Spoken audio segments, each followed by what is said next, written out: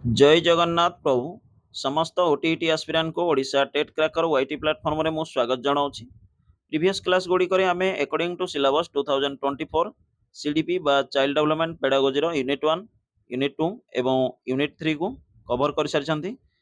तार concept class जदि आपण देखि नाहंती तेबे डिस्क्रिप्शन बॉक्स रे लिंक अछि, तार कांसेप्ट क्लास देखि परिबे। एवं प्रथमे आमे कांसेप्ट बुझिबा देन से रिलेटेड आमे एमसीक्यू प्रैक्टिस करिबा। तेबे आज क्लास रे हमें डिस्कस करिबा यूनिट 4 अकॉर्डिंग टू सिलेबस जहा कि आपनकर approach to teaching and learning.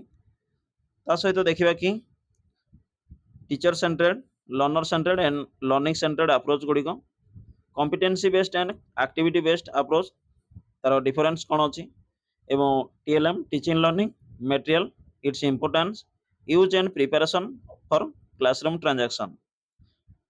तो श्रेणीगृह परिचालन समय टीएलएम रो आवश्यकता कौन अच्छी एवं ये सब आपंकर ओटीईटी पेपर 1 हो कि पेपर 2 रे क्वेश्चन देखा को मिलता है।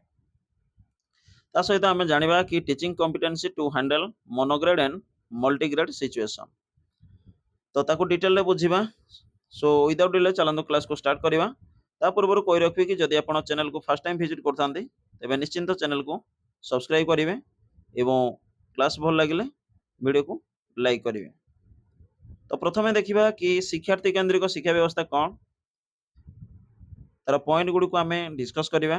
पिला माने निज परिवेश रु उपलब्ध अभिज्ञता द्वारा निजे निजर अभिज्ञता को पुनर्गठन करिवारे समर्थ होइतांती एवं तो द्वारा सेमाने अधिक रु अधिक अभिज्ञता हासिल करि पारंती।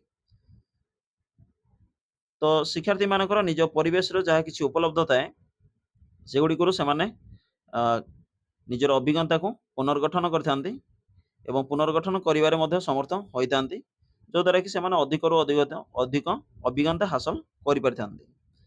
यह कोन शिक्षार्थी केंद्रिक शिक्षा व्यवस्था रे ता सहित नंबर 2 रे देखिबा श्रेणीर सहपाठी शिक्षक विद्यालय बा विद्यालय बाहर अन्य पिला पितामाता और परिवार सदस्य एवं गोष्ठीर सदस्य मानक सह मुक्त भावे भावर आदान प्रदान करने द्वारा पिला मानकर शिक्षण सामर्थ्य वृद्धि पाई थाए। जदि शिक्षार्थी ता निज परिवेश रे थिबा समस्त जहा कि सहपाठी शिक्षक विद्यालय ए सबु जदि से समस्त सहित मिसी पारुछि ताले से कौन ना तार आम कहीपर कि मुक्त भाव तार जो भावर आदान प्रदान करने द्वारा कौन होता ना तार शिक्षण सामर्थ्य वृद्धि पाई थाए। देन देखिए कि पिलार सामाजिक और सांस्कृतिक परिस्थिति तार शिक्षण को बहु भाव में प्रभावित करें। से जो बैकग्राउंड रो बिलंग कर तो आम पूर्व पढ़ी कि जानी आम तार सामाजिक परिस्थिति विद्यालय परिवेश वंशानुक्रमिक ये सब गोटे गोटे फैक्टर हो पार एवं शिक्षार्थी केंद्रिक शिक्षा व्यवस्था में आम जाना कि तार सामाजिक और सांस्कृतिक परिस्थिति तार शिक्षण को बहु भाव में प्रभावित करें।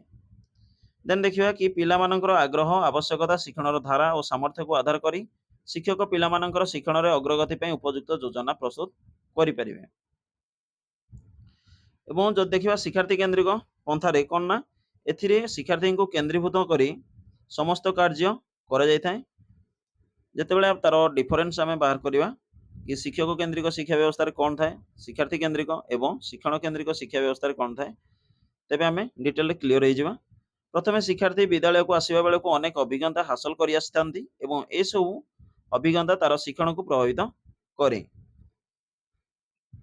शिक्षार्थी केंद्रिक पंथा स्थिर कला बेले शिक्षार्थीर विकासगत स्तर परिपक्वता मैच्योरिटी शिक्षण धारा पूर्व अभिज्ञता प्रायर नॉलेज ज्ञान आग्रह सामाजिक और सांस्कृतिक परिवेश विषय चिंता करा जाए। जड़े शिक्षक ए सब को ठीक भाव जानी पारिले शिक्षार्थी केंद्रिक पंथा को ठीक भाव श्रेणी कार्य व्यवहार करें। देन देखिए आउ कौन मुख्य पॉइंट गुड़ी अच्छी तार से गुड़ आम डिस्कस करवा शिक्षार्थी को बुझा। तो ये देला कि आपंकर प्रायतः क्वेश्चन आसता है शिक्षार्थी केंद्रिक पंथा को ठीक भाव बुझा कहले जड़े शिक्षार्थीर निम्नलिखित दिग गुड़ी को बुझा आवश्यक। ताले से दिग गुड़ी कौन कौन स्वास्थ्य और शारीरिक विकास बौद्धिक सामर्थ्य एवं बौद्धिक सामर्थ्य को लेकिन आम आगे को डिस्कस करवा। से क्वेश्चन प्राय ओटीईटी पेपर 1 हो कि पेपर 2 रे आसता है। व्यक्तित्व शिक्षण शैली अभिप्रेरणा घर और सांस्कृतिक पृष्ठभूमि तो केवल तार पॉइंट गुड़ी को मन रखु एवं बौद्धिक सामर्थ्य को आमे डिटेल रे बुझिबा जेहेतु बौद्धिक सामर्थ्य रो क्वेश्चन आस्ताय। तो ए सब पॉइंट गुडको मन रखिबे। देन आमे देखिबा कि स्वास्थ्य और शारीरिक विकास ए सब को न देखि कि आमे बौद्धिक सामर्थ्य रो जेहेतु आपनकर क्वेश्चन प्राय तो आसे ताको आमे डिस्कस करिबा। शिक्षक प्रत्येक पिलार निर्दिष्ट आवश्यकता जानिबा पई तार निर्दिष्ट बौद्धिक सामर्थ्य जानिबा आवश्यक। श्रेणी कक्ष रे शिक्षार्थी संपर्क रे आमे अनेक साधारण शब्द यथा बुद्धिया, समर्थ, चालाक व्यवहार करताऊ, किंतु शिक्षण अभिज्ञता स्थिर कला बेले ए सब शब्द गुडी को आदौ दरकार आसे नाही। तेणु शिक्षार्थी मानसिक आम कहीपर कि बौद्धिक सामर्थ्य को अधिक स्पष्ट भाव गार्डनर 1985 मसीह 7 प्रकार बुद्धि संपर्क में वर्णना कर। तो ये पॉइंट आपंकर इम्पोर्टाट अच्छी मन रखिए। गार्डनर बौद्धिक सामर्थ्य को अधिक स्पष्ट भाव प्रदान कर। जदि आम देखा सर्वमोट 7 प्रकार बुद्धि संपर्क से वर्णना कर। मन रखिए केते प्रकार एमती प्रश्न आसता है प्रीवियस ईयर आपनकर क्वेश्चन आसला। देन देखिबा कौन से गुडी को जदि आम देखिबा ताले भाषागत सामर्थ्य मन रखिए जहाँ आपको कंफर्ट लगे ओडिया बा इंग्लिश ताही मन रखिए। भाषागत सामर्थ्य कहले कौन ना यह व्यक्ति को भाव विनिमय करिवारे समर्थ कराए और भाषा माध्यम बाह्य दुनिया सह जोगाजोग स्थापन रे सहाय्य करे। तो नंबर 1 रे मन रखिए भाषागत सामर्थ्य। देन देखिए गाणितिक जुक्ति बा लॉजिकल मैथमेटिक्स शिक्षार्थी को अमूर्त गाणितिक संपर्क व्यवहार करिवारे सहाय्य करिथाए कौन ना गाणितिक जुक्ति। नंबर 3 रे देखिए स्थान संबंधी और चित्र संबंधी सामर्थ्य विजुअल स्पाइटल स्थान संबंधी तथ्यर व्यवहार करने पई शिक्षार्थी को समर्थ कराए। आम डिस्कस कर गार्डनर को जो बुद्धि संपर्क में 7 प्रकार मत प्रदान कर डिस्कस कर। देन देखिए कि नंबर 4 शारीरिक और मांसपेशी संबंधी सामर्थ्य बॉडी कानेस्थेटिक ताकू मन रखिए। उच्च स्तर शारीरिक चल प्रचल भावभंगी इत्यादि व्यवहार करिवारे शिक्षार्थी को समर्थ कराए कौन ना शारीरिक और मांसपेशी संबंधी सामर्थ्य। देन देखिए कि संगीत संबंधी सामर्थ्य तेबे संगीत संबंधी सामर्थ्य कौन म्यूजिकल शब्द को शुणी यार अर्थ बुझी जोगाजोग करने शिक्षार्थी को समर्थ कराए। एवं निज संपर्क में सचेतन इंट्रापर्सनाल मन रखिए इंट्रापर्सनाल एवं इंटरपर्सनाल या भीतर डिफरेंस अच्छी। तो निज संपर्क में सचेतन हवा को कह जाए इंट्रापर्सनाल शिक्षार्थी को निज संपर्क में जानिबारे समर्थ कराए। एवं जब देखिबा कि अन्य मानक संपर्क में सचेतन को आम इंटरपर्सनाल कही था। तो अन्य सहित निजर संपर्क को बुझिबारे शिक्षार्थी को समर्थ कराए। तो मोटामोटी भाव 7 प्रकार यहीपरि भाव गार्डनर तांका बुद्धि संपर्क में मत व्यक्त कर। व्यक्तित्व शिक्षण शैली एगुड़िक किसी जानवर आवश्यकता ना प्रायतः तार पॉइंट गुड़िक केवल आप मन रखिए जे केते प्रकार कौन कौन बा निम्नोक्त मध्य केउटी नुहे एमती आपंकर प्रश्न आसबार संभावना अच्छी। देन देखिए शिक्षार्थी केन्द्रिक पंथार शिक्षकों की भूमिका कौन थाए। तो जब देखिए शिक्षार्थी केन्द्रिक पंथार शिक्षकों भूमिका कौन ना शिक्षार्थी मानकर शिक्षण शैली हूँ भिन्न भिन्न जेहेतु समस्त भिन्न परिवेश रु से आसता प्रायतः एवं शिक्षार्थी मानक ठारे थिबा उत्सुकता विद्यालय सेमानकर शिक्षण को प्रभावित करिथाए अर्थात सेमानक ठारे थिबा उत्सुकता संदिष्टता परिपूर्ण करने पई सेमानकु सुजोग दिया जिबा उचित। प्रत्येक पिलार शिक्षण शैली होछि अनन्य तेणु शिक्षक आशा करुवा उपाय रे पिला न शिखी भिन्न उपाय शिखी पारे। तेणु श्रेणी कार्य पिला मानकु गोटिए उपाय रे न शिखाई भिन्न भिन्न उपाय रे शिखिया पई सुजोग सृष्टि करिवा आवश्यक। एवं शिक्षार्थी माने निज निजर शिक्षण संक्रांत रे सुचिंतित निष्पत्ति नहीं पारंती तार पॉइंट गुडी को केवल आम डिस्कस करवा। विद्यालय दायित्व होछि कि पिला को अधिक रु अधिक शिखिबारे सहायता करवा और सेमानकु जीवनव्यापी शिक्षार्थी भाव प्रस्तुत करवा। देन देखिए कि पिलार शिखिबा पई विद्यालय रे एक विश्वसनीयता परिवेश सृष्टि हेबा आवश्यक जो परस्पर प्रति भल पाइथिबे परस्पर को सम्मान दउथिबे और विश्वास करुथिबे। एवं जदि आम देखा कि शिक्षक भूमिका कौन ताले ए पॉइंट गुडी को आपण मन रखा पड़ो मे भी आपंकर क्वेश्चन आसी जापे। पर्यवेक्षक तथा निदान शास्त्र विशारद ଅବଜର୍ଭର ଏଣ୍ଡ ଡାୟଗ୍ନୋଷ୍ଟିସିଆନ୍। ୟାକୁ ମନେ ରଖିବେ କେବଳ ପଏଣ୍ଟ ଗୁଡ଼ିକ। ଜଣେ ଶିକ୍ଷକଙ୍କର ଭୂମିକା କ'ଣ? ନମ୍ବର 2 ରେ ରହିଲା କି ଶୈକ୍ଷିକ ପରିବେଶ ସୃଷ୍ଟି କରିବା ଏବଂ ନମ୍ବର 3 ରେ ଅଛି ଶିକ୍ଷଣରେ ସହାୟକ। ଜଣେ ଶିକ୍ଷକ ଜଣେ ଫ୍ୟାସିଲିଟର ଭାବେ କାର୍ଯ୍ୟ କରିବେ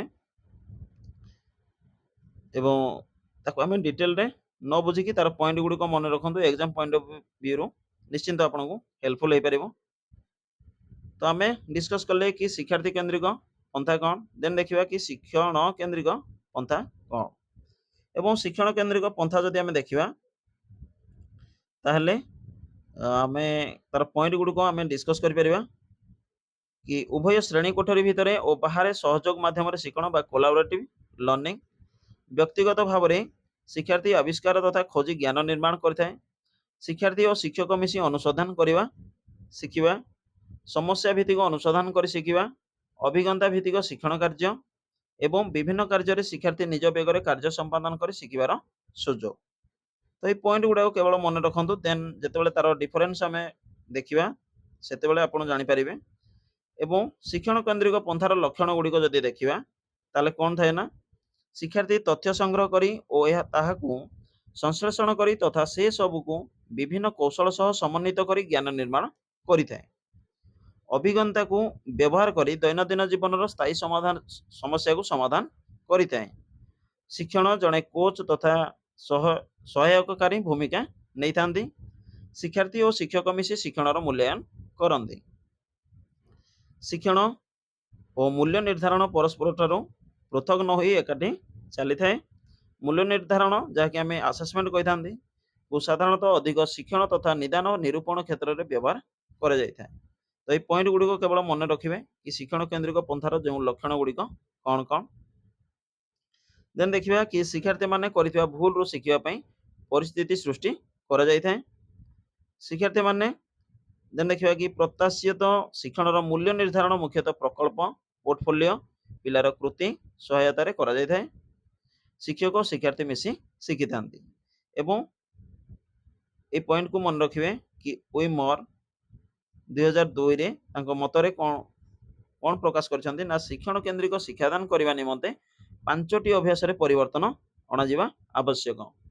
तो प्रथम पॉइंट मन रखिले कि गार्डनर को जो 7टी बुद्धि संपर्क थिला से गुड़िक पॉइंट गुड़िक मन रखिए।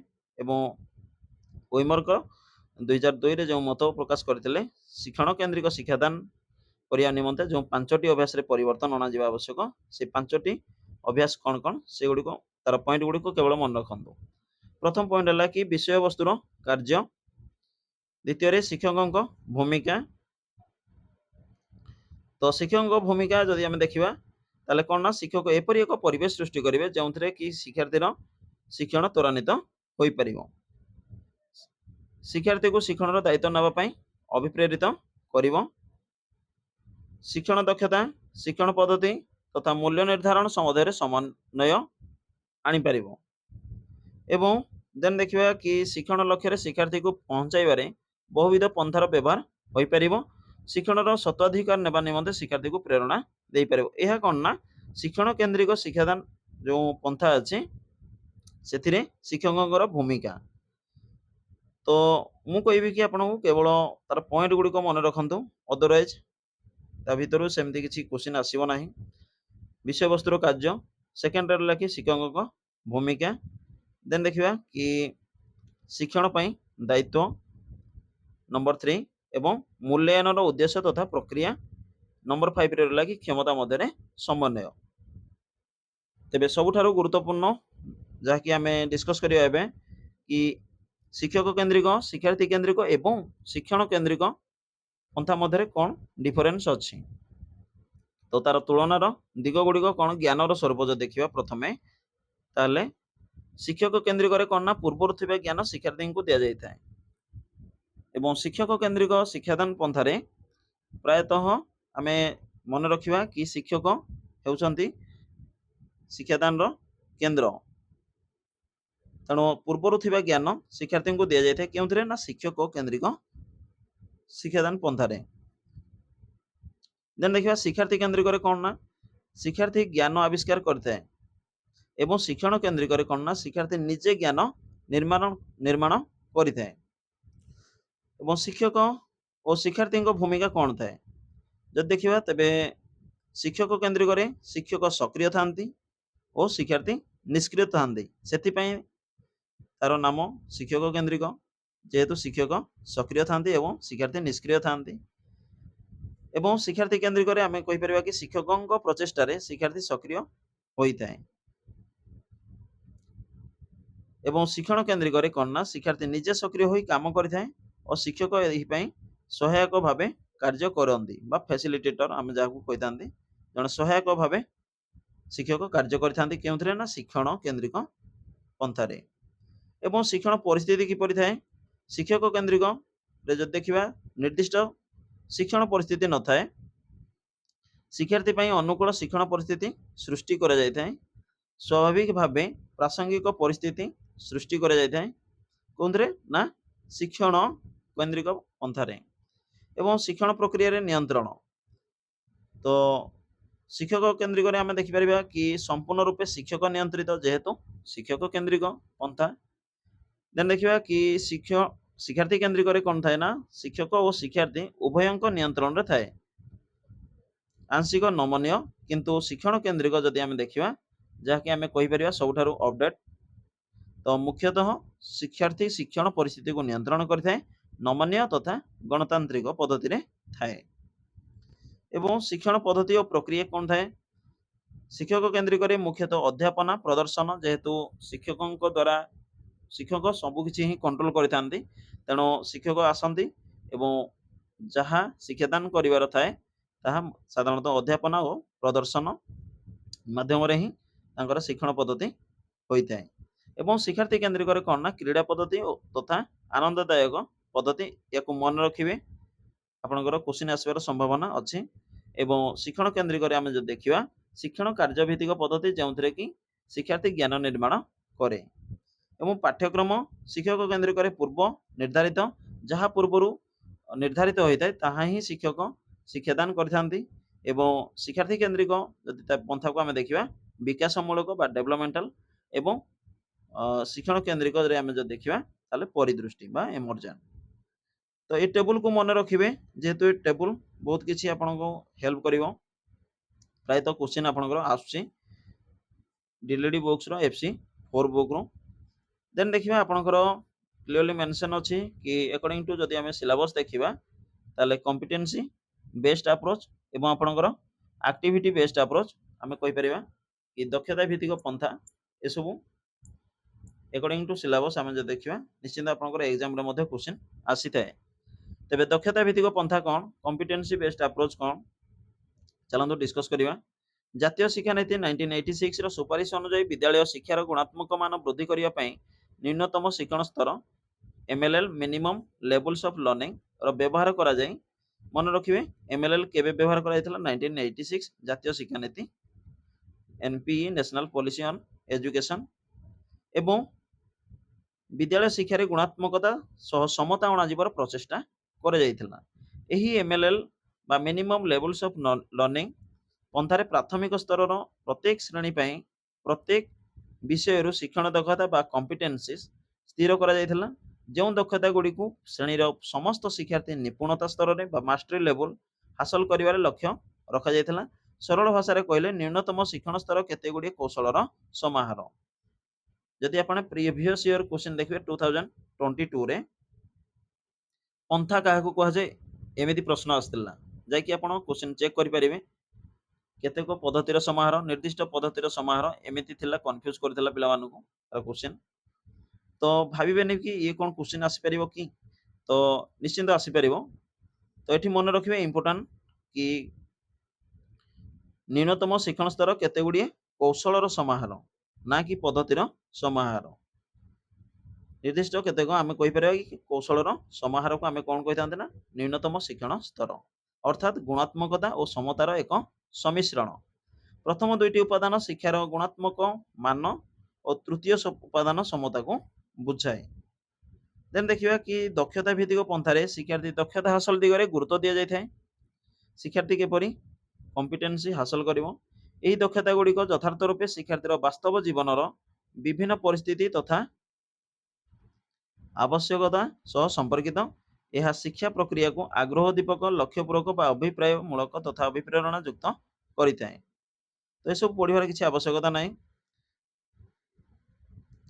ତ ଏଠି ମନେ ରଖିପାରିବେ କି ନ୍यूनतम ଶିକ୍ଷଣ ସ୍ତରରେ ଦକ୍ଷତାର ଉଦାହରଣ ଯଦି ଆମେ ଦେଖିବା ତାହେଲେ ପ୍ରଥମ ଶ୍ରେଣୀର ଭାଷା ଦକ୍ଷତା ପଢ଼ିବା ପୃଥକ ଭାବେ ଓ ଯୁକ୍ତ ଭାବରେ ସାଧାରଣ ଅକ୍ଷର ଚିହ୍ନିବେ ପ୍ରଥମ ଶ୍ରେଣୀ ପାଇଁ।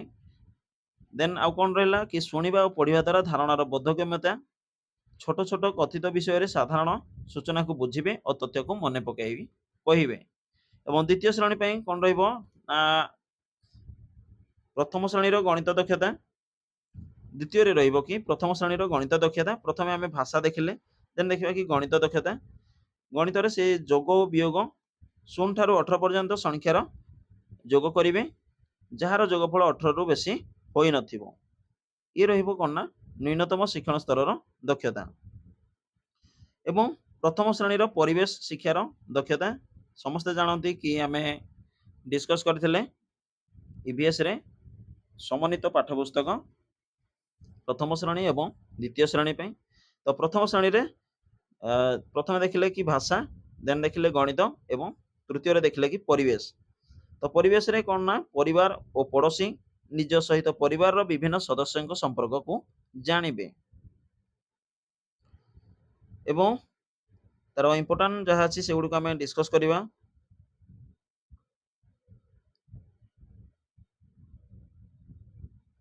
ତ ଯେଉଁ ଶିକ୍ଷାର୍ଥୀମାନେ ଆମେ ଏଠି ତାର ଇମ୍ପୋର୍ଟାଣ୍ଟ ପଏଣ୍ଟ ଗୁଡ଼ିକୁ ଡିସ୍କସ୍ କରିବା। ଦକ୍ଷତା ହାସଲ କଲେ ସମ୍ପୃକ୍ତ ଦକ୍ଷତା ଭିତ୍ତିକ ପରୀକ୍ଷାରେ ଜଣେ ଶିକ୍ଷାର୍ଥୀ ଅନ୍ୟୁନ ପ୍ରାୟ 80% ନମ୍ବର ରଖିବାକୁ ବୁଝାଏ। ଏହାକୁ ପାରଙ୍ଗମତା ବା ନୈପୁଣତା ସ୍ତର ବୋଲି କୁହାଯାଏ। ମନେ ରଖିବେ ଯଦି ଜଣେ ଶିକ୍ଷାର୍ଥୀ 80% ସ୍କୋର କରୁଛି ବା 80% ନମ୍ବର ରଖିଛି ତାହେଲେ ତାକୁ ଆମେ କହିପାରିବା କି ପାରଙ୍ଗମତା ବା ନୈପୁଣତା ସ୍ତର। ଦେନ୍ ଦେଖିବା ଆଉ କ'ଣ ଇମ୍ପୋର୍ଟାଣ୍ଟ ଅଛି କି ଯେଉଁ ଶିକ୍ଷାର୍ଥୀମାନେ ନିପୁଣତା ହାସଲ କରିନଥାନ୍ତି ସେମାନଙ୍କ ପାଇଁ ପୁନଃ ଶିକ୍ଷାଦାନ ଶିକ୍ଷଣ କାର୍ଯ୍ୟ କରାଯାଇଥାଏ। ଏହାକୁ ପ୍ରତିକାର ମୂଳକ ଶିକ୍ଷାଦାନ କୁହାଯାଏ ବା ଆମେ କହିପାରିବା କି ରିମେଡିଆଲ ଟିଚିଂ ଯାହାକୁ ଆମେ କହିଥାନ୍ତି। ଆଫ୍ଟର କୋଭିଡ ପରେ ସମସ୍ତେ ଜାଣିଥିବେ କି ପ୍ରାୟତଃ ପ୍ରାଥମିକ ତଥା ଉଚ୍ଚ ପ୍ରାଥମିକ ବିଦ୍ୟାଳୟ ଗୁଡ଼ିକରେ ରିମେଡିଆଲ ଟିଚିଂ ପାଇଁ ଓଡ଼ିଶା ସରକାରଙ୍କ ଦ୍ୱାରା କିଛି ଷ୍ଟେପ୍ ନିଆଯାଇଥିଲା। ତ ତାକୁ ଆମେ କହିପାରିବା କି ପ୍ରତିକାରମୂଳକ ଶିକ୍ଷାଦାନ। ଦେନ୍ ଦେଖିବା କି ଏହି ପ୍ରତିକାରମୂଳକ ଶିକ୍ଷାଦାନରେ ବିକଳ୍ପ ପଦ୍ଧତି ଦକ୍ଷତାର ଶିକ୍ଷଣ ପାଇଁ ପ୍ରଥମେ ଯେଉଁ ପଦ୍ଧତି ବା ଶିକ୍ଷଣ କାର୍ଯ୍ୟ ବ୍ୟବହାର କରାଯାଇଥିଲା ତାଠାରୁ ପୃଥକ। ଯାହାକି ପ୍ରଥମେ ଯେଉଁ ଶିକ୍ଷାଦାନ ଦିଆଯାଇଥାଏ ପ୍ରତିକାରମୂଳକ ଶିକ୍ଷାଦାନରେ ତାହା ସମାନ ନଥାଏ। ୟାକୁ ମଧ୍ୟ ମନେ ରଖିବେ କି ପ୍ରତିକାରମୂଳକ ଶିକ୍ଷାଦାନରେ ବିକଳ୍ପ ପଦ୍ଧତି ବା ଦକ୍ଷତାର ଶିକ୍ଷଣ ପାଇଁ ପ୍ରଥମେ ଯେଉଁ ପଦ୍ଧତି ଅପଣା ଯାଇଥିଲା ବା ଶିକ୍ଷଣ କାର୍ଯ୍ୟ ବ୍ୟବହାର କରାଯାଇଥିଲା ତାଠାରୁ ପୃଥକ ଏର ବ୍ୟବହାର କରାଯାଇଥାଏ। ସେମ୍ ମେଥଡକୁ ଆପ୍ଲାଏ କରାଯାଇନଥାଏ, ତାକୁ ମନେ ରଖିବେ। ଏବଂ ଯେହେତୁ ପ୍ରଥମ ଶିକ୍ଷାଦାନ ଶିକ୍ଷଣ ଠାରୁ ଅଳ୍ପ ସଂଖ୍ୟକ ଦକ୍ଷତା ଓ ଅପେକ୍ଷାକୃତ କମ୍ ଶିକ୍ଷାର୍ଥୀଙ୍କ ପାଇଁ ଏହି ପ୍ରତିକାରମୂଳକ ବ୍ୟବସ୍ଥା ବା ରିମଡେଲ ପ୍ରୋଗ୍ରାମ କରାଯାଇଥାଏ। ସେଥିପାଇଁ ଏହି ପ୍ରକ୍ରିୟାରେ ପୂର୍ବାପେକ୍ଷା କମ୍ ସମୟ ଲାଗିଥାଏ। ଯେଉଁ ଶିକ୍ଷାର୍ଥୀମାନେ ପାରଙ୍ଗମତା ହାସଲ କରିଥାନ୍ତି ସେମାନଙ୍କ ପାଇଁ ସମୃଦ୍ଧିକରଣ ବ୍ୟବସ୍ଥା ବା ଏନରିଚମେଣ୍ଟ ପ୍ରୋଗ୍ରାମ କରାଯାଇଥାଏ। ମନେ ରଖିବେ ଯେଉଁମାନେ ନିପୁଣତା ହାସଲ କରିନଥାନ୍ତି ତାଙ୍କୁ ଆମେ ରିମେଡିଆଲ ଟିଚିଂ ଦେଇପାରିବା। ଏବଂ ଯେଉଁମାନେ କି ଯେଉଁ ଶିକ୍ଷାର୍ଥୀମାନେ ପାରଙ୍ଗମତା ହାସଲ କରିଥାନ୍ତି ସେମାନଙ୍କ ପାଇଁ ସମୃଦ୍ଧିକରଣ ବ୍ୟବସ୍ଥା ବା ଏନରିଚମେଣ୍ଟ ପ୍ରୋଗ୍ରାମ କରାଯାଇଥାଏ। ଏ ଦୁଇଟି ପଏଣ୍ଟ ମନେ ରଖିବେ, ମେ ବି କ୍ୱେଶ୍ଚିନ୍ ଆସିଯାଇପାରେ। ଦେନ୍ ଦେଖିବା ଆମେ କି ଶିକ୍ଷଣ କାର୍ଯ୍ୟଭିତ୍ତିକ ପନ୍ଥା ବା ଆକ୍ଟିଭିଟି ବେସ୍ଡ ଆପ୍ରୋଚ୍ କ'ଣ। ତ ତାର ମୁଖ୍ୟ ପଏଣ୍ଟ ଗୁଡ଼ିକୁ ଆମେ ମନେ ରଖିବା। ଆକ୍ଟିଭିଟି ବେସ୍ଡ ଆପ୍ରୋଚ୍ କ'ଣ?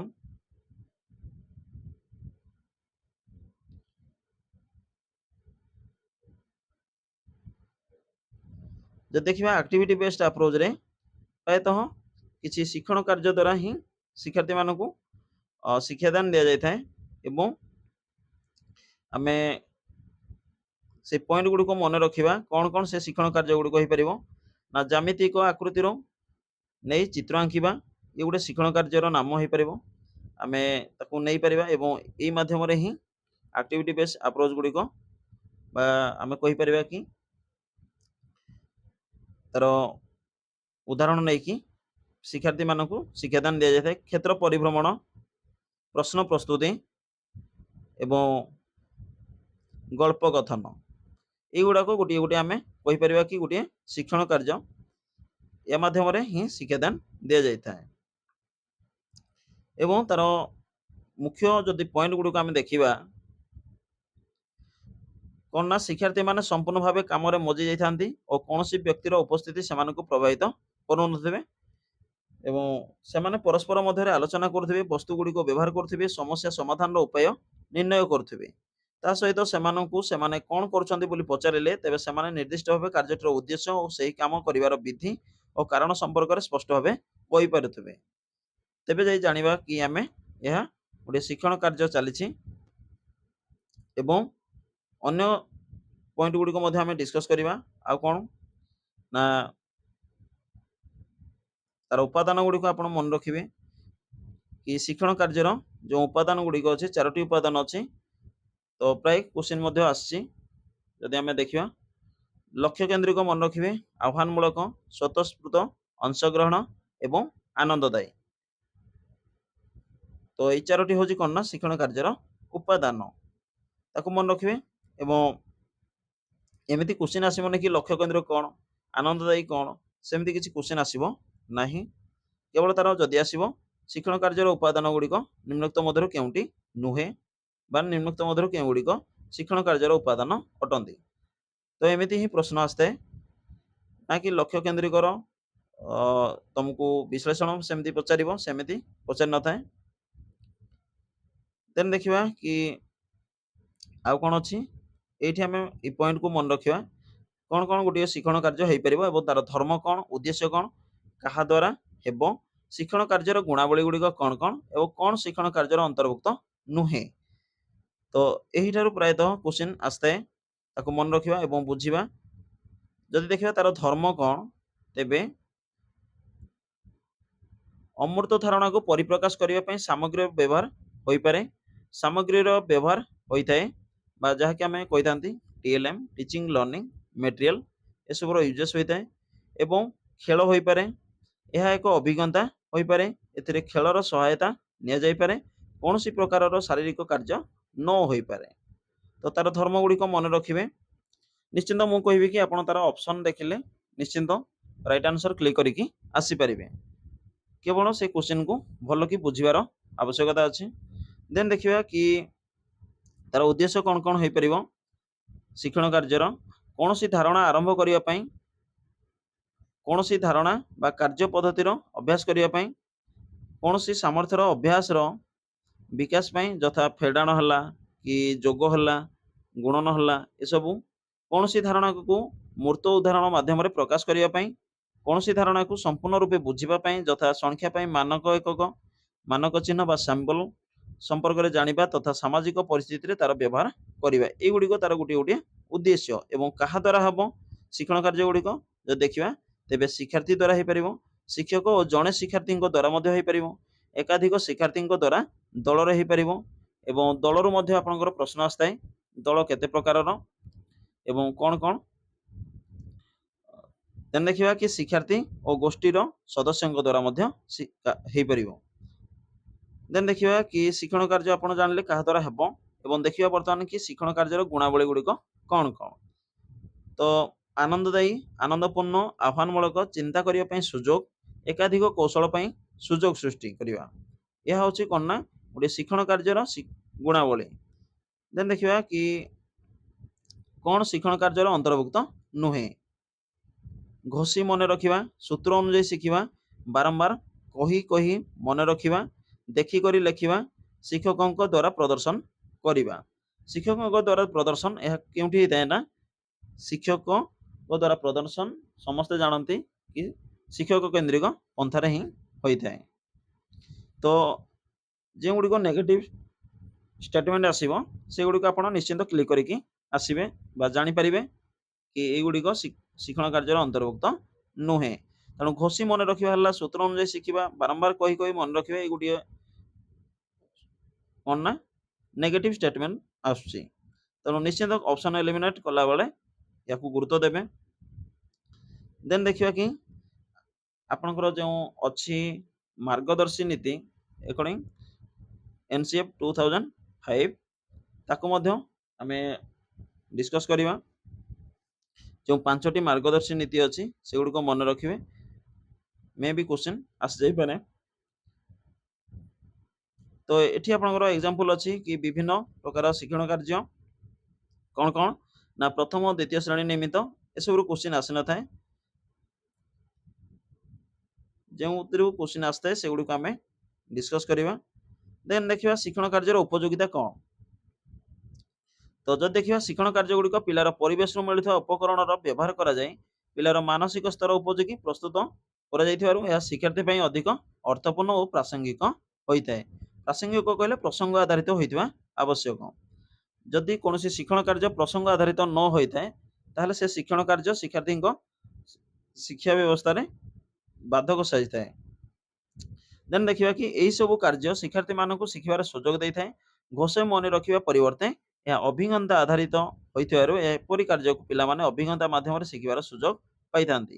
ଏହାଦ୍ୱାରା ଶିକ୍ଷଣ ପିଲାମାନଙ୍କ ପାଇଁ ପ୍ରାସଙ୍ଗିକ ହୋଇଥାଏ। ହାସଲ କରିଥିବା ଦକ୍ଷତା ଗୁଡ଼ିକୁ ଅଭ୍ୟାସ କରିବା ପାଇଁ ସୁଯୋଗ ମିଳିଥାଏ। ନିଜର ଶୈଳୀ ଓ ନିଜର ଶିକ୍ଷଣ ବେଗରେ ଶିଖିବାର ସୁଯୋଗ ମିଳିଥାଏ। ସବୁଠାରୁ ଗୁରୁତ୍ୱପୂର୍ଣ୍ଣ ହେଉଛି କି ଶିକ୍ଷଣ କାର୍ଯ୍ୟ ଦ୍ୱାରା ଶିକ୍ଷାର୍ଥୀମାନଙ୍କର ସ୍ୱ ଶିକ୍ଷଣ ଦକ୍ଷତା ବୃଦ୍ଧି ପାଇଥାଏ। ଏ ପଏଣ୍ଟ ଇମ୍ପୋର୍ଟାଣ୍ଟ ଅଛି କି ସବୁଠାରୁ ଗୁରୁତ୍ୱପୂର୍ଣ୍ଣ କ'ଣ ନା ଶିକ୍ଷଣ କାର୍ଯ୍ୟ ଦ୍ୱାରା କ'ଣ ହେଇଥାଏ ନା ଶିକ୍ଷାର୍ଥୀମାନଙ୍କର ସ୍ୱ ଶିକ୍ଷଣ ଦକ୍ଷତା ବୃଦ୍ଧି ପାଇଥାଏ। ଏ ପଏଣ୍ଟକୁ ମନେ ରଖିବେ। ଶିକ୍ଷାର୍ଥୀମାନଙ୍କର ସ୍ୱ ଦକ୍ଷତା ବୃଦ୍ଧି ପାଇବା ବା କିପରି ବୃଦ୍ଧି ପାଇଥାଏ ତ ସେ ପଏଣ୍ଟକୁ ମନେ ରଖିବେ। ଏପରି କାର୍ଯ୍ୟରୁ ପରୀକ୍ଷା କରିବା, ଆବିଷ୍କାର କରିବା, ନିଜର ଜ୍ଞାନର ନବୀକରଣ ଓ ବୃଦ୍ଧି କରିବା ପାଇଁ ଯଥେଷ୍ଟ ସୁବିଧା ମିଳିଥାଏ। ଏପରି ଶିକ୍ଷଣ କାର୍ଯ୍ୟ ପନ୍ଥା ଦ୍ୱାରା ପରିବେଶରୁ ମିଳୁଥିବା ଅପର୍ଯ୍ୟାପ୍ତ ସମ୍ବଳର ସୁବିନିଯୋଗ ହୋଇପାରେ। ପିଲାମାନଙ୍କ ପାଇଁ ଶିକ୍ଷଣ ଅଧିକ ପ୍ରାସଙ୍ଗିକ ହେବା ସହିତ ସେମାନଙ୍କ ଜୀବନ କୌଶଳ ବା ଲାଇଫ୍ ସ୍କିଲ୍ ଶିକ୍ଷଣ ଅଧିକ ସହଜ ହୋଇଥାଏ। ଏଥିରେ ସମୟ ଓ ସମ୍ବଳର ସର୍ବାଧିକ ଉପଯୋଗ କରାଯାଇଥାଏ। ଏବଂ ଆଉ କ'ଣ ଦେଖିବା ନା ଶିଖିବା ପାଇଁ ଅଧିକ ଦୀର୍ଘସ୍ଥାୟୀ ଇଚ୍ଛା ଓ ଆଗ୍ରହ ଏପରି କାର୍ଯ୍ୟ ଦ୍ୱାରା ଶିକ୍ଷାର୍ଥୀମାନେ ହାସଲ କରିଥାନ୍ତି। ଶିକ୍ଷଣ କାର୍ଯ୍ୟର ବିଭିନ୍ନ ପରିବର୍ତ୍ତନ କରି ଏଗୁଡ଼ିକୁ ବହୁ ଶ୍ରେଣୀ ଏବଂ ବହୁ ସ୍ତର ପରିସ୍ଥିତିରେ ପରିଚାଳନା ସୁବିଧାଜନକ ହୋଇଥାଏ। ତ ଯେଉଁ ପଏଣ୍ଟ ଗୁଡ଼ିକୁ ଆମେ ଡିସ୍କସ୍ କଲେ ସେଇ ପଏଣ୍ଟ ଗୁଡ଼ିକୁ ମନେ ରଖିବେ। ମନେ ରଖିବାର କିଛି ଆବଶ୍ୟକତା ବି ନାହିଁ, କେବଳ ତାକୁ ବୁଝିବାର ଅଛି। ଯେଉଁ ABCD କି ଆପଣଙ୍କର 4ଟି ଅପସନ୍ ଥିବ ସେ ପ୍ରଥମେ ଯଦି ଆପଣ କ୍ୱେଶ୍ଚିନ୍କୁ ବୁଝିଗଲେ ଦେନ୍ ମୁଁ କହିବି କି ଚାଇଲ୍ଡ ଡେଭଲପମେଣ୍ଟ ଆଣ୍ଡ ପେଡାଗୋଜିରୁ ନିଶ୍ଚିନ୍ତ ଆପଣ 30ରୁ କମ୍ ସେ କମ୍ ଆପଣଙ୍କର 25+ ଆନ୍ସର କରେକ୍ଟ କରିକି ଆସିପାରିବେ। ତ ପ୍ରଥମେ ତାର କ୍ୱେଶ୍ଚିନ୍କୁ ହିଁ ବୁଝିବେ। ଦେନ୍ ଦେଖିବା କି ଶିକ୍ଷଣ କାର୍ଯ୍ୟ ସମ୍ପର୍କିତ ସମସ୍ୟା କ'ଣ କ'ଣ। ଜଣେ ସାଧାରଣ ଶିକ୍ଷକଙ୍କ ପାଇଁ ଶିକ୍ଷଣ କାର୍ଯ୍ୟ ପ୍ରସ୍ତୁତ କଷ୍ଟକର ଓ ବହୁ ସମୟ ସାପେକ୍ଷ ବା କହିପାରିବା କି ଅଧିକ ସମୟର ଆବଶ୍ୟକତା ଥାଏ। ଦେନ୍ ଦେଖିବା ଆଉ କ'ଣ ନା ଶିକ୍ଷଣ କାର୍ଯ୍ୟ ପ୍ରସ୍ତୁତ ଶିକ୍ଷକଙ୍କ ପକ୍ଷରେ ଅତ୍ୟନ୍ତ କଷ୍ଟକର ବ୍ୟାପାର ନୁହେଁ। ପ୍ରଥମେ ପିଲାମାନେ କେଉଁ କେଉଁ କାର୍ଯ୍ୟରେ ସ୍ୱତଃସ୍ଫୂର୍ତ୍ତ ଅଂଶଗ୍ରହଣ ବା ପାର୍ଟିସିପେଟ୍ କିପରି ସେମାନେ କରୁଛନ୍ତି ତାହା ଲକ୍ଷ୍ୟ କରିବା ଦରକାର। ଏହି କାର୍ଯ୍ୟରେ କିଛି ପାଠ୍ୟକ୍ରମ ବିଷୟବସ୍ତୁକୁ ସଂଯୋଜିତ କରିଦେଲେ ପିଲାମାନେ କାର୍ଯ୍ୟକୁ ଉପଭୋଗ କରିବେ ଓ ଉଦ୍ଦିଷ୍ଟ ଶିକ୍ଷଣ ବିଷୟରେ ଦକ୍ଷତା ହାସଲ କରିପାରିବେ। ଏବଂ ତାର ଇମ୍ପୋର୍ଟାଣ୍ଟ କ'ଣ ଅଛି ସେଗୁଡ଼ିକ ଦେଖିବା। ତ এই ପଏଣ୍ଟକୁ ମନେ ରଖିବେ। ଶିକ୍ଷାଦାନ ଶିକ୍ଷଣ ପ୍ରକ୍ରିୟାକୁ ଶିକ୍ଷାର୍ଥୀ କେନ୍ଦ୍ରିକ କରିବାକୁ ହେଲେ ଶିକ୍ଷଣ କାର୍ଯ୍ୟଭିତ୍ତିକ ପନ୍ଥା ସର୍ବୋତ୍ତମ ବୋଲି ବିଚାର କରାଯାଏ, ଯାହାକି ଆମେ ଅପଡେଟେଡ୍ ବୋଲି କହୁଥିଲେ କିଛି ସମୟ ପୂର୍ବରୁ। ଶିକ୍ଷକ କେନ୍ଦ୍ରିକ ଶିକ୍ଷାଦାନର ଅଭ୍ୟସ୍ତ ଓ ସେହି ମନୋଭାବ ଦ୍ୱାରା ଶିକ୍ଷାର୍ଥୀ କେନ୍ଦ୍ରିକ ପନ୍ଥା ଗ୍ରହଣ କରିବା ଓ ତାର ବାସ୍ତବ ରୂପ ଦେବା ନିଶ୍ଚିନ୍ତ ଭାବେ କଷ୍ଟକର, କିନ୍ତୁ ଶିକ୍ଷାର୍ଥୀମାନଙ୍କର ଉନ୍ନତ ଦୃଷ୍ଟିରୁ ଶିକ୍ଷଣ କାର୍ଯ୍ୟଭିତ୍ତିକ ପନ୍ଥା କାର୍ଯ୍ୟକାରୀ କରିବା ଦିଗରେ ଶିକ୍ଷକମାନେ ପ୍ରୟାସୀ ହେବା ଆବଶ୍ୟକ। ଦେନ୍ ଦେଖିବା କି ଜ୍ଞାନ ସଂଗଠନ ପନ୍ଥା କ'ଣ। ଏହା ଆପଣଙ୍କର ଏକର୍ଡିଂ ଟୁ ସିଲାବସ୍ ଯଦି ଆମେ ଦେଖିବା ସିଲାବସ୍ରେ ନାହିଁ ବଟ୍ କିନ୍ତୁ କ୍ୱେଶ୍ଚିନ୍ ଆସିଥାଏ। ତ ଜ୍ଞାନ ସଂଗଠନ ପନ୍ଥା କ'ଣ, କନଷ୍ଟ୍ରକ୍ଟିଭିଷ୍ଟ ଆପ୍ରୋଚ୍ କ'ଣ ତାକୁ ମଧ୍ୟ ଆମେ ବୁଝିବା। ଜ୍ଞାନ ସଂଗଠନ ପନ୍ଥାର ମୁଖ୍ୟ ଧାରଣା ପ୍ରିଭିୟସ୍ ଇୟର ଯଦି ଆପଣ କ୍ୱେଶ୍ଚିନ୍ ଚେକ୍ କରିପାରିବେ ତାହେଲେ ନିମ୍ନୋକ୍ତ ମଧ୍ୟରୁ କିଏ ଜ୍ଞାନ ସଂଗଠନ ପନ୍ଥାର ମତ ପ୍ରକାଶ କରିନଥିଲେ ଏମିତି କ୍ୱେଶ୍ଚିନ୍ ଆସିଥିଲା। CDPରେ ହିଁ ଆପଣଙ୍କର ଆସିଥିଲା ଚାଇଲ୍ଡ ଡେଭଲପମେଣ୍ଟ ଆଣ୍ଡ ପେଡାଗୋଜିରେ। ତ କ୍ୱେଶ୍ଚିନ୍ କେଉଁଠୁ ବି ଆସିପାରେ। तो निश्चिंत आपको मन रखा पड़ो ज्ञान संगठन पंथार मुख्य धारणा कौन एवं जदि आम देखा ताले क्यों शिक्षाविद माने ज्ञान संगठन पंथा को समर्थन करते डिस्कस करवा ज्ञान संगठन पंथार मत को समर्थन कर गवेषणा कर शिक्षाविद माने यथा जीन पियाजे भाइगोटस्की नोभाक एवं पोस्नर ज्ञान संगठन पंथार 5टी मुख्य धारणा उपरे आलोकपात करछन्ति सेगुडी को कौन कौन से 5टी पॉइंट को आमे मन रखिबा शिक्षार्थी सक्रिय होई ज्ञान निर्माण करथाय बा आमे कहि परबा कि जणे एक्टिव लर्नर जणे कहि परबा केनथरे ना ज्ञान संगठन पंथारे बा नॉलेज कंस्ट्रक्टिविस्ट जो अछि आपनकर देन देखिबा अधिकांश मानवीय कार्यकलाप एक संगठित एक निर्दिष्ट क्रम प्रक्रिया रे संपादन होइथाय एही संगठनर संरचना मुख्यतः अभिज्ञता को नै होइथाय यह एक आवेगिक अर्थ प्रस्तुतकारी प्रक्रिया और अव्यक्त व्यक्तिगत कार्यकलापर संगठन मुख्यतः स्वनिर्देशित बा सेल्फ रिफरेंट अर्थात कौन सी धराबंधा नीति को यह प्रत्याख्यान करिथाय सामाजिक भाव विनिमय द्वारा शिक्षण संभव होता है एवं अर्थपूर्ण शिक्षण केवल उपयुक्त शिक्षण परिस्थिति और कार्य द्वारा ही संभव होता है कहि परबा कि मीनिंगफुल लर्निंग केतेबेले होता ना जदि आमे देखिबा उपयुक्त शिक्षण परिस्थिति एप्रोप्रिएट सिचुएशन एवं आमे कहि परबा कि कार्य द्वारा ही संभव होता है देन देखिबा कि विभिन्न प्रकार संगठनवाद जदि आमे देखिबा ताले कौन कौन रहइबो ना मौलिक संगठनवाद सामाजिक संगठनवाद एवं सांस्कृतिक संगठनवाद तो सांस्कृतिक संगठनवाद क्वेश्चन आसी न थाए क्वेश्चन आसता है आपनकर मौलिक संगठनवाद एवं सामाजिक संगठनवाद तो सामाजिक संगठनवाद समस्त जानिथिबे लेव भाइगोटस्की तो ताकू मध्ये आमे जानिबा सिलेबस रे नथिले मध्ये प्रायतः ओटीईटी सिलेबस रे एमिति न थाए बट आपनकर क्वेश्चन आसी जाय थाए तो मौलिक संगठनवाद कौन बा रेडिकल कंस्ट्रक्टिविज्म आमे कहि परिबा तारो मन रखिए ताकर प्रवक्ता किए थे ना भन ग्लासरफेल्ड मौलिक संगठनवाद जड़े प्रमुख प्रवक्ता पियाजेंकर बौद्धिक विकास तत्व को भित्ति करी ग्लासरफेल्ड बा भन ग्लासरफेल्ड संगठनवाद सपक्ष विचार व्यक्त करते मौलिक संगठनवाद मुख्य धारणा गुड़िक कौन कौन से गुड़िक मन रखा शिक्षार्थी सक्रिय हो सक्रिय भाव अंशग्रहण कर ज्ञान निर्माण करे जेहेतु जीन पियाजेंकर बौद्धिक विकास तत्व को भित्ति करी ग्लासरफेल्ड ए मौलिक संगठनवाद सपक्ष व्यक्त करछन्ति तेणु निश्चिंत आमे कहि परिबा कि जणे लर्नर एक्टिव लर्नर भाबे से नॉलेज कंस्ट्रक्ट करिथाय जानिबा को आग्रही हेबा कमिंग टू नो हेउची एक उपयोजनकारी प्रक्रिया जेउथरे शिक्षार्थी सतत तार अभिज्ञतार परिवर्तन आनिथाय बाहर दुनियार अभिज्ञता को निजठार थिबा अभिज्ञता सह संपर्कित करी शिक्षार्थी तार अभिज्ञतार पुनर्विन्यास करिथाय पुनर्गठन करिथाय नंबर 3 रे देखिबा पियाजेंकर उपयोजन प्रक्रिया मुख्यतः दुईटी दिग थिला प्रथमटी हला असिमिलेशन आमे समस्त जेतेबेले पियाजेंकर थ्योरी आमे बौद्धिक विकास को डिस्कस करिवा सेथिरे मध्ये आमे डिटेल एनालिसिस करिवा कि जीन पियाजे देन रहला कि लेव भाइगोटस्की तो पियाजेंकर उपयोजन प्रक्रिया मुख्यतः दुईटी दिग मन रखिबे असिमिलेशन बा अंतर्ग्रहण एवं प्रथमटी शिक्षार्थी ठारे देबा धारणा अभिज्ञता बा ज्ञान द्वितीयटी हला प्रयोजन अनुसार परिवर्तन बा अकोमोडेशन तो जेतेबेले आमे जीन पियाजे सेथिरे स्कीमा कोन से विषय आमे डिस्कस करिवा असिमिलेशन कोन अकोमोडेशन कोन केवल मन रखिबे जेहेतु आमे मौलिक संगठनवाद विषय डिस्कशन करछन्ती तो केवल तार मेन पॉइंट गुडे को मन रखिबे कि मौलिक संगठनवाद प्रवक्ता होछन्ती भन ग्लासरफेल्ड एवं जीन पियाजेंकर बौद्धिक विकास तत्व को से भित्ति करी मौलिक संगठनवाद विषय वक्तव्य प्रकाश करथिले ता सहित जेहेतु gene पियाजेंकर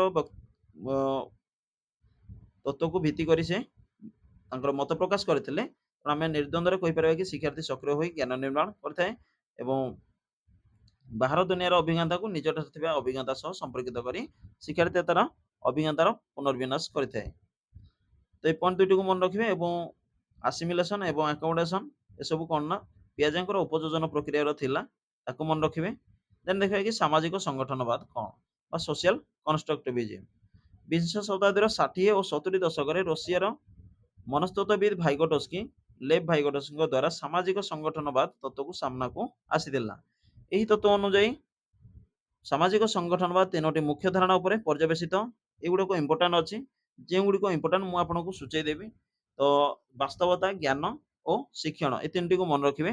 reality, knowledge and learning. Question आस्ता है कि ବାସ୍ତବତା ଜ୍ଞାନ ଆଉ ଗୋଟେ ହେଲା ଆପଣଙ୍କର କଣ ନା ଶିକ୍ଷଣ, ତାଙ୍କର ମୁଖ୍ୟ ଧାରଣା ଗୁଡିକ ମନେ ରଖିବେ। ତ ଯଦି ଦେଖିବା ବାସ୍ତବତା କଣ ନା ଏହା ମଣିଷର କାର୍ଯ୍ୟକଳାପରୁ ତିଆରି ହୋଇଥାଏ। ସମାଜର ସଦସ୍ୟମାନେ ମିଶି ପୃଥିବୀର ବିଭିନ୍ନ କାର୍ଯ୍ୟକଳାପକୁ ସୃଷ୍ଟି କରିଥାନ୍ତି। ଦେନ ହେଲା ଜ୍ଞାନ। ଜ୍ଞାନ କଣ ନା ଏହା ମଧ୍ୟ ମଣିଷର କାର୍ଯ୍ୟକଳାପର ସୃଷ୍ଟି। ଏହା ସାମାଜିକ ଓ ସାଂସ୍କୃତିକ ପରିବେଶରୁ ସୃଷ୍ଟି ହୋଇଥାଏ। ଯେତେବେଳେ ବ୍ୟକ୍ତିମାନେ ପରସ୍ପର ସହ ଓ ପରିବେଶ ସହ ଭାବ ବିନିମୟ କରି କୌଣସି ଜିନିଷର ଅର୍ଥ ତିଆରି କରିଥାନ୍ତି। ଏବଂ ସାମାଜିକ ସଂଗଠନବାଦ ଯେତେବେଳେ ଆମେ ଆଲୋଚନା କରିବା କି ଲେଭ୍ ଭାଇଗୋଟସ୍କି ସବୁଠାରୁ ଇମ୍ପୋର୍ଟାଣ୍ଟ କହିଛନ୍ତି କଣ ନା ଜଣେ ଶିଶୁ ସମାଜ ସହିତ କ୍ରିୟା ପ୍ରତିକ୍ରିୟା କରିକି ତାର ଜ୍ଞାନ ସଂଗଠନ କରିଥାଏ। କିନ୍ତୁ ଯଦି ଆମେ ବିగ్ ଡିଫରେନ୍ସ ଦେଖିବା ଜିନ୍ ପିଆଜେଙ୍କର, ତାହେଲେ ପିଆଜେ ସର୍ବଦା କୁହନ୍ତି କି ତାଙ୍କର ମତ ପ୍ରକାଶ କରିଛନ୍ତି ନା ଜଣେ ଶିକ୍ଷାର୍ଥୀ ଜଣେ ଆକ୍ଟିଭ ହୋଇକି ବା ସକ୍ରିୟ ହୋଇକି ସେ ଜ୍ଞାନ ନିର୍ମାଣ କରିଥାଏ। ଏବଂ ତାର ଯେତେବେଳେ ବୟସର ପର୍ଯ୍ୟାୟକ୍ରମେ ବୃଦ୍ଧି ଘଟିଥାଏ ସେତେବେଳେ ତା ଜ୍ଞାନର ଅଭିବୃଦ୍ଧି ହିଁ ଘଟିଥାଏ। ଦେନ୍ ଦେଖିବା ଶିକ୍ଷଣ କଣ। ଏହି ମତବାଦରେ ଶିକ୍ଷଣ ହେଉଛି ଏକ ସାମାଜିକ ପ୍ରକ୍ରିୟା। ଶିକ୍ଷଣ କେବଳ ବ୍ୟକ୍ତିଗତ ଭାବରେ ବା ନିଷ୍କ୍ରିୟ ପରିସ୍ଥିତିରେ ବା ବାହ୍ୟ ଚାପରେ ସମ୍ଭବ ହୋଇନଥାଏ। ତ ଶିକ୍ଷଣ କଥା ଯଦି ଆମେ ଦେଖିବା ତାହେଲେ ଲେଭ୍ ଭାଇଗୋଟସ୍କି କଣ କହିଛନ୍ତି ନା ସାମାଜିକ ପ୍ରକ୍ରିୟା ଶିକ୍ଷଣ କେବଳ ବ୍ୟକ୍ତିଗତ ଭାବରେ ବା ନିଷ୍କ୍ରିୟ ପରିସ୍ଥିତିରେ ବା ବାହ୍ୟ ଚାପରେ ସମ୍ଭବ ହୋଇନଥାଏ।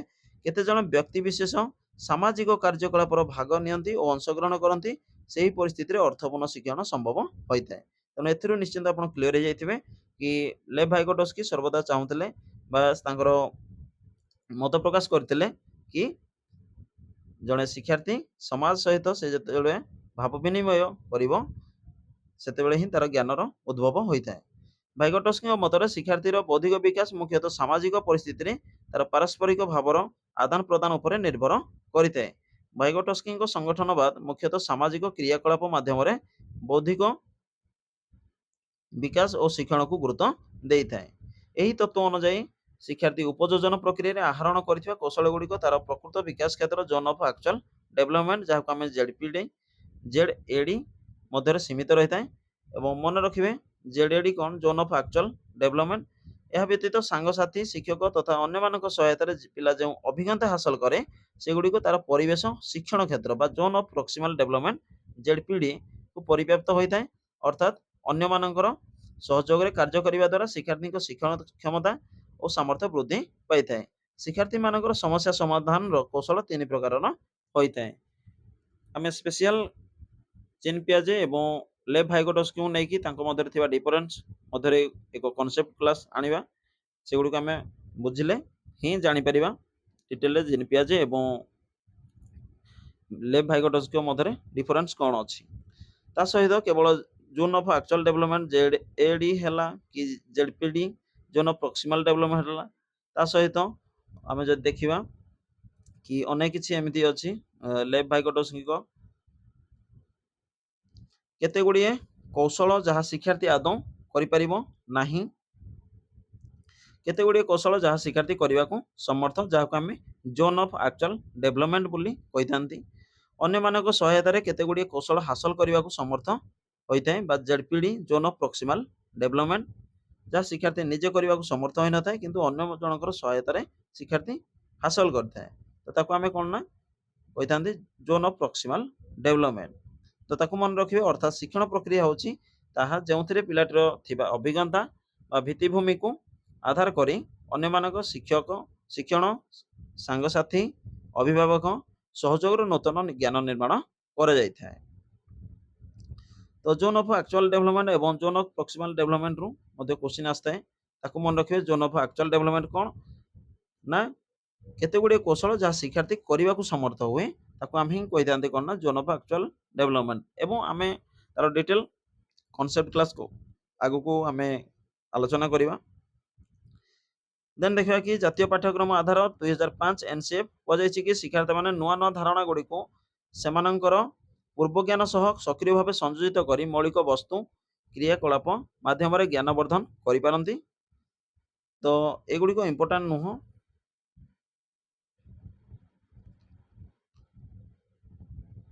ଯଦି ଆମେ ଦେଖିବା ଜାତୀୟ ପାଠ୍ୟକ୍ରମ ଆଧାର 2005 ରେ ଜ୍ଞାନ ସଂଗଠନ ପାଇଁ ଦିଆଯାଇଥିବା ଗୋଟିଏ ଉଦାହରଣକୁ ନିମ୍ନରେ ଦିଆଯାଇଛି। ତ ପଦ୍ଧତି କ'ଣ ନା ଯଦି ଆମେ ଦେଖିବା ପର୍ଯ୍ୟବେକ୍ଷଣ, ତାର ଇମ୍ପୋର୍ଟାଣ୍ଟ ଗୁଡ଼ିକୁ ଆମେ ମନେ ରଖିବା। ପର୍ଯ୍ୟବେକ୍ଷଣ ମାଧ୍ୟମରେ ହେଲା କି ପଠନ, ବୌଦ୍ଧିକ ବିଚାର, ସହଯୋଗ, ବ୍ୟାଖ୍ୟା ଓ ରୂପରେଖ, ମିଶ୍ରିତ ବ୍ୟାଖ୍ୟା, ମିଶ୍ରିତ ପ୍ରତିଫଳନ। ତ ଏଗୁଡିକ ଇମ୍ପୋର୍ଟାଣ୍ଟ ନୁହଁ ବା ଏଗୁଡିକର ଆପଣଙ୍କର କ୍ୱେଶ୍ଚିନ୍ ପ୍ରାୟତଃ ଆସିନଥାଏ ବା ଆପଣଙ୍କର ଆକର୍ଡିଂ ଟୁ ସିଲାବସ୍ ଯଦି ଦେଖିବା ଏହା ନଥାଏ। ଦେନ୍ ଆମେ ଦେଖିବା କି TLM ବା ଟିଚିଂ ଲର୍ନିଂ ମେଟେରିଆଲ ଏବଂ ଯାହାକି ଆପଣଙ୍କର ସିଲାବସରେ ମେନସନ୍ ଅଛି ଟିଚିଂ ଲର୍ନିଂ TLM କୁ ନେଇକି ଏବଂ ଶିକ୍ଷାଦାନ ଶିକ୍ଷଣ ସାମଗ୍ରୀ କ'ଣ, ଇଜ ଇମ୍ପୋର୍ଟାନ୍ସ, ତାର ଗୁରୁତ୍ୱ କ'ଣ, ୟୁଜ ଆଣ୍ଡ ପ୍ରିପାରେସନ୍, ତାର ପ୍ରସ୍ତୁତି କିପରି କରିବା ଦରକାର, ଜଣେ ଶିକ୍ଷକ ଶ୍ରେଣୀ ଗୃହରେ କିପରି ତାର ବ୍ୟବହାର କରିଥାନ୍ତି ଏବଂ ତାର ପ୍ରକାର ଭେଦ କ'ଣ କ'ଣ ଅଛି ସେଗୁଡ଼ିକୁ ଆମେ ଜାଣିବା। ତେବେ ଯଦି ଦେଖିବା କି ଶିକ୍ଷାଦାନ ଶିକ୍ଷଣ ସାମଗ୍ରୀର ଆବଶ୍ୟକତା, ତାହେଲେ ସେ ପଏଣ୍ଟ ଗୁଡ଼ିକୁ ଆମେ ଡିସ୍କସ୍ କରିବା। ଶ୍ରେଣୀ କାର୍ଯ୍ୟ ପରିଚାଳନା ବେଳେ କୌଣସି ନୂତନ ତଥ୍ୟକୁ ବୁଝାଇବାକୁ ହେଲେ ଶିକ୍ଷକ ସେହି ସମୟରେ ସାମଗ୍ରୀର ସାହାଯ୍ୟ ନେଇଥାନ୍ତି। ଶିକ୍ଷଣ ସାମଗ୍ରୀର ବ୍ୟବହାର ଦ୍ୱାରା ଶିକ୍ଷକ କମ୍ ସମୟ ମଧ୍ୟରେ ଅଧିକ ତଥ୍ୟ ଉପସ୍ଥାପନା କରିପାରନ୍ତି। ତ ପଏଣ୍ଟ ଗୁଡ଼ିକ ମନେ ରଖିବେ। ଏହା ଦ୍ୱାରା କ'ଣ ଲାଭ ହୋଇଥାଏ, ପିଲାମାନେ ବିଭିନ୍ନ ପ୍ରକାରରେ ଖେଳିବାକୁ ବା କାମ କରିବାକୁ ଭଲ ପାଆନ୍ତି। ଯେତେବେଳେ ସେମାନଙ୍କୁ କୌଣସି କାର୍ଯ୍ୟ ଉପଯୁକ୍ତ ଓ ଯଥେଷ୍ଟ ପରିମାଣର ସାମଗ୍ରୀ ସହ ଦିଆଯାଏ, ସେମାନେ ସ୍ୱାଭାବିକ ଭାବରେ ଆଗ୍ରହର ସହ ସେହି କାର୍ଯ୍ୟକୁ ସମାପ୍ତ କରିବାକୁ ଚେଷ୍ଟା କରିଥାନ୍ତି। ପିଲାଙ୍କୁ ସାମଗ୍ରୀ ନ ଦେଇ କାମ ଦେଲେ ସେମାନେ ଆଗ୍ରହ ପ୍ରକାଶ କରନ୍ତି ନାହିଁ। ତ ଏଇ ଯେଉଁ ପଏଣ୍ଟ ଗୁଡ଼ାକ ଡିସ୍କସନ୍ କଲେ, ତାହେଲେ ଏଗୁଡ଼ାକ କ'ଣ ନା ଶିକ୍ଷାଦାନ ଶିକ୍ଷଣ ସାମଗ୍ରୀର ଆବଶ୍ୟକତା କ'ଣ ଆମେ ଜାଣିଲେ। ଦେନ୍ ଦେଖିବା କି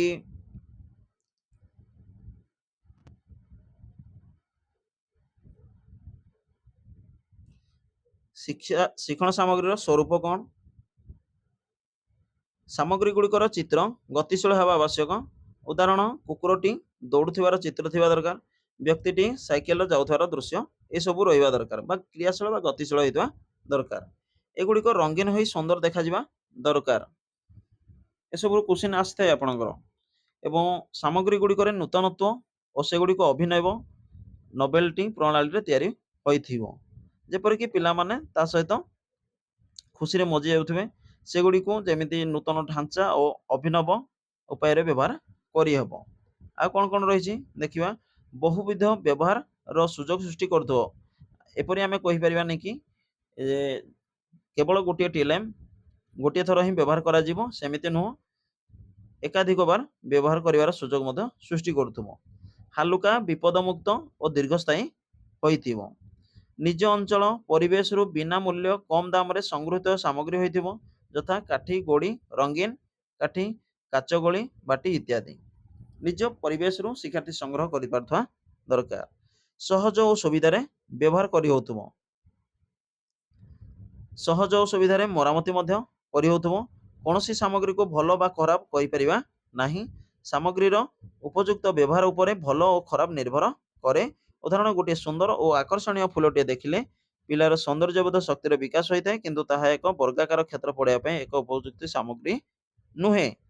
ତ ମୋଟାମୋଟି ଭାବେ ଆମେ ଜାଣିଲେ କି ଯେଉଁ ଶିକ୍ଷଣ ସାମଗ୍ରୀ ଗୁଡ଼ିକର ବ୍ୟବହାର କିପରି ହୋଇଥିବା ଦରକାର ବା କିପରି କରାଯାଏ ଏବଂ ତାର ଉପଲବ୍ଧ କିପରି ହୋଇଥିବା ଦରକାର। ଦେନ୍ ଦେଖିବା କି ବିଭିନ୍ନ ପ୍ରକାର ଶିକ୍ଷଣ ସାମଗ୍ରୀ କ'ଣ କ'ଣ। ତ ଏ ଟେବୁଲକୁ ଆମେ ବୁଝିବା କି ଚକ୍ ଏବଂ ଡଷ୍ଟର, ତାର ଯଦି ପ୍ରକାର ଭେଦ ଦେଖିବା, ଦୃଶ୍ୟ ଉପକରଣ ଏବଂ ପିଲାଙ୍କ ଶିକ୍ଷଣରେ ସହଜ ଓ ସୁବିଧା ଆମେ ଦେଖିବା ଯଦି ପିଲାମାନେ ନିଷ୍କ୍ରିୟ ଶ୍ରୋତା ଥିଲେ। ଦେନ୍ ଦେଖିବା କି ଶବ୍ଦ କାର୍ଡ଼, ଚିତ୍ର କାର୍ଡ଼, ଇଏ ଗୋଟେ ନା ଦୃଶ୍ୟ ଉପକରଣରେ ଯିବ। ଟେପ୍ ରେକର୍ଡର, ମଡେଲ, ମାନଚିତ୍ର, ଏସବୁ ଟେପ୍ ରେକର୍ଡର ଆପଣଙ୍କର ଶ୍ରାବ୍ୟ ଉପକରଣ ଯାହା ଶୁଣିଥାନ୍ତି। ମଡେଲ ଏବଂ ମାନଚିତ୍ର ଦୃଶ୍ୟ ଉପକରଣ। ବଗିଚା ଏକ କ୍ରିୟାଶୀଳ ରେ ଅନ୍ତର୍ଗତ। ଦେନ୍ ଦେଖିବା କି କମ୍ପ୍ୟୁଟର ଦୃଶ୍ୟ ଶ୍ରାବ୍ୟ ଉପକରଣ ଏବଂ ଏହା ସହିତ ଆପଣଙ୍କର ଅଛି ପ୍ରକ୍ଷେପିତ, ଅଣ ପ୍ରକ୍ଷେପିତ ମଧ୍ୟ ଅଛି, ସେଗୁଡ଼ିକୁ ଆମେ ଡିସ୍କସ୍ ମଧ୍ୟ କରିବା।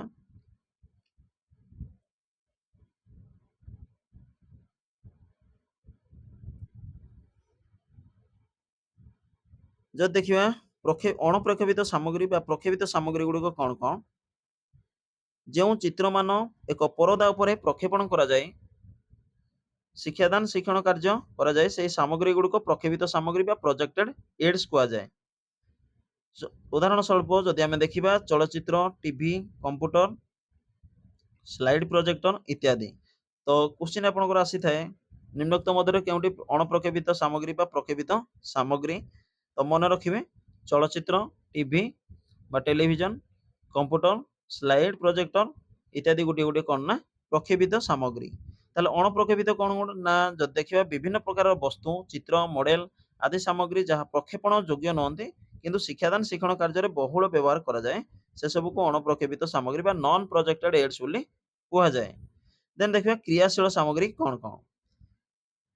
ତ କ୍ରିୟାଶୀଳ ସାମଗ୍ରୀ କ'ଣ ନା ଗୀତ ଗାଇବା, ନାଚିବା, ଅଭିନୟ କରିବା, ଯେଉଁଥିରେ କି କିଛି କାର୍ଯ୍ୟ ସମ୍ପାଦନ ହେଉଥିବ, ସେଗୁଡ଼ିକ ଆମେ କହିପାରିବା କି ଗୋଟିଏ ଗୋଟିଏ କ୍ରିୟାଶୀଳ ସାମଗ୍ରୀ। ହସ୍ତକର୍ମ ଆଦି ବିଭିନ୍ନ ପ୍ରକାର କାର୍ଯ୍ୟ କରିବା ବେଳେ ପିଲାମାନେ ବହୁ ଶିକ୍ଷଣ ଅଭିଜ୍ଞତା ହାସଲ କରିଥାନ୍ତି। ଏଭଳି କାର୍ଯ୍ୟ ପିଲାମାନଙ୍କୁ କ୍ରିୟାଶୀଳ କରୁଥିବାରୁ ଏଗୁଡ଼ିକ କ୍ରିୟାଶୀଳ ସାମଗ୍ରୀ କୁହାଯାଏ। ତେବେ ଆମେ ତାର ଯଦି ବର୍ଗୀକରଣ କରିବା ତାହେଲେ ଆପଣଙ୍କର ଆସିବ କ'ଣ ନା ଦୃଶ୍ୟ ଉପକରଣ, ଶ୍ରାବ୍ୟ ଉପକରଣ, ଦୃଶ୍ୟ ଶ୍ରାବ୍ୟ ଉପକରଣ, ପ୍ରକ୍ଷେପିତ ଉପକରଣ, ଅଣପ୍ରକ୍ଷେପିତ ଏବଂ କ୍ରିୟାଶୀଳ ଉପକରଣ। ତ ଯେଉଁଗୁଡ଼ିକୁ ଆମେ କେବଳ ଦୃଶ୍ୟ ମାନ ହୋଇଥାଏ ସେଗୁଡ଼ିକୁ ଆମେ କହିଥାନ୍ତି ନା ଦୃଶ୍ୟ ଉପକରଣ, ଯେଉଁଗୁଡ଼ିକ ଶୁଣିଥାନ୍ତି ଯେଉଁ ଉପକରଣ ଗୁଡ଼ିକ ସେଗୁଡ଼ିକୁ ଆମେ କହିଥାନ୍ତି ଶ୍ରାବ୍ୟ, ଦେଖିବା ସହିତ ଶୁଣିବା ହୋଇଥାଏ ବା ଶୁଣିବା କାର୍ଯ୍ୟ ହୋଇଥାଏ ସେଗୁଡ଼ିକୁ ଆମେ ଦୃଶ୍ୟ ଶ୍ରାବ୍ୟ ଉପକରଣ କହିଥାନ୍ତି। ପ୍ରକ୍ଷେପିତ ଯେଉଁଗୁଡ଼ିକୁ ଆମେ ପ୍ରୋଜେକ୍ଟର ହେଲା, ସ୍ଲାଇଡ୍ ଏସବୁକୁ ଆମେ ପ୍ରକ୍ଷେପିତ ଉପକରଣ କହିଥାନ୍ତି। ଅଣପ୍ରକ୍ଷେପିତ ଉପକରଣ ଦେନ୍ ଆମେ ଦେଖିଲେ କି କ୍ରିୟାଶୀଳ ଉପକରଣ କ'ଣ। ତେବେ ୟୁନିଟ୍ 4ରେ ଯାହା କିଛି ଥିଲା ସେଗୁଡ଼ିକୁ ଆମେ ଆଜିର କ୍ଲାସ୍ରେ ଡିସ୍କସ୍ କଲେ। ତ ସେଇ ରିଲେଟେଡ୍ ଆମେ କିଛି MCQ ମଧ୍ୟ ପ୍ରାକ୍ଟିସ୍ କରିବା ନେକ୍ସଟ କ୍ଲାସ୍ରେ।